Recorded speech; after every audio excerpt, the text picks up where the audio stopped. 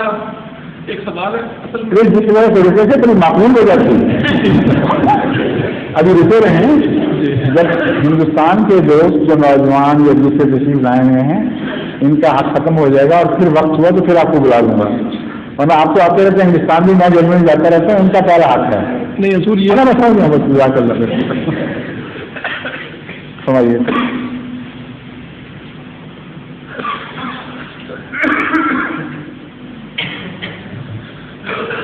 حضور وحی اور الہام میں کیا فرق ہے؟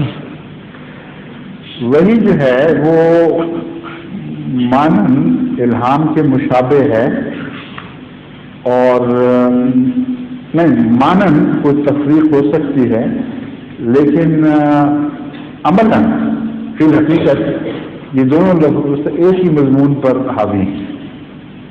مثلاً وحی کو یہ کہنا کہ یہ صرف شریعت کے ساتھ تعلق رکھتی ہے اس لیے غلط ہے کہ موسیٰ کی ماں پر وحی کا قرآن کریم میں ذکر ہے. ٹھیک ہے. ہاں اور خدا نے موسیٰ کے ماں پر صرف وحی نہیں کی بلکہ فرمایا اوہا ربوں کا النحل ہمیں تخذ من البیوت من الجبال بیوتا ومن الشجر ومما یعرشون وأوحى ربك إلى النحل أن اتخذي من الجبال بيوتا ومن الشجر ومما يعرشون کہ اے محمد تیرے رب نے جو تجھے وحی کرتا ہے اس نے شہد کی مکھی پر بھی وحی نازل فرمائی اور فرمایا کہ تو پہاڑوں اور اونچے درختوں اور ان جگہوں پر جہاں یہ بیلے چڑھاتے ہیں ان پر اپنے چھتے بنایا کرو. تو وہی جو ہے عورت پر بھی انبیاء مردوں پر بھی خدا کے انبیاء پر بھی اور شہد کی مکھی پر بھی ثابت ہوئی. جہاں تک الہام کا تعلق ہے اس کے مطلب قرآن کریم میں اللہ تعالیٰ فرماتا ہے جب ہم نے انسان کو پیدا کیا فَأَلْهَمَهَا فُجُورَهَا وَتَقْوَاهَا اس کو ہم نے اس کے فجور اور اس کے تقوی الہام کیے. بس عملاً دونوں کا معنی ایک ہی بنا. وہاں الہام سے وہاں وحی سے مراد لفظوں میں ہدایت نہیں ہے. شہد کی مکھی کو کوئی لفظی ہدایت نہیں دی گئی اور الہام میں کوئی لفظی ہدایت مراد نہیں ہے بلکہ خدا کی طرف سے جس صورت پہ تقدیر کو ڈھالا گیا ہے یا طبیعت کو ڈھالا گیا ہے فطرت کو پیدا کیا گیا ہے. دونوں جگہ وحی اور الہام نے وہی معنی ثابت کیے. ایک ہی مضمون ہے جو لفظ وہی بیان کر رہا ہے جو لفظ الہام بیان کر رہا ہے. اور تخصیص کے لحاظ سے انبیاء کے سلسلے میں الہام کا لفظ بھی قرآن سے ثابت اور وحی کا بھی ثابت. اس لیے یہ کہنا کہ وحی سے فلاں مراد ہے اور الہام سے فلاں مراد ہے غلط ہے.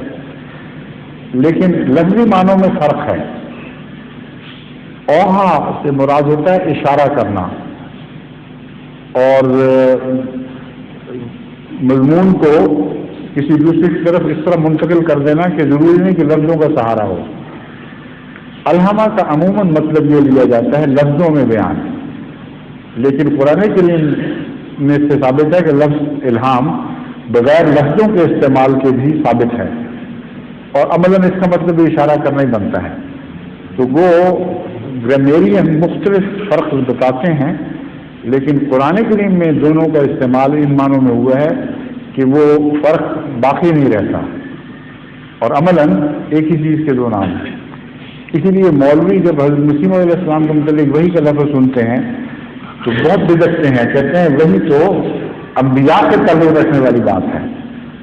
وہ بالکل غلط کہتے ہیں. جب تک وہ شہد کی مکھی کی نبوت پر ایمان نہ لائیں اس وقت تک یہ بات نہیں اٹھا سکتے کہ وحی کا تعلق صرف نبوت یعنی شریعت سے ہے اور نبوت سے. نبوت کے بغیر بھی وہی ہے. تو کوئی عملاً قرآن کریم کے مطالعے سے ان دونوں کے درمیان کوئی فرق نہیں لگتا. حضور ایک اور سوال ہے.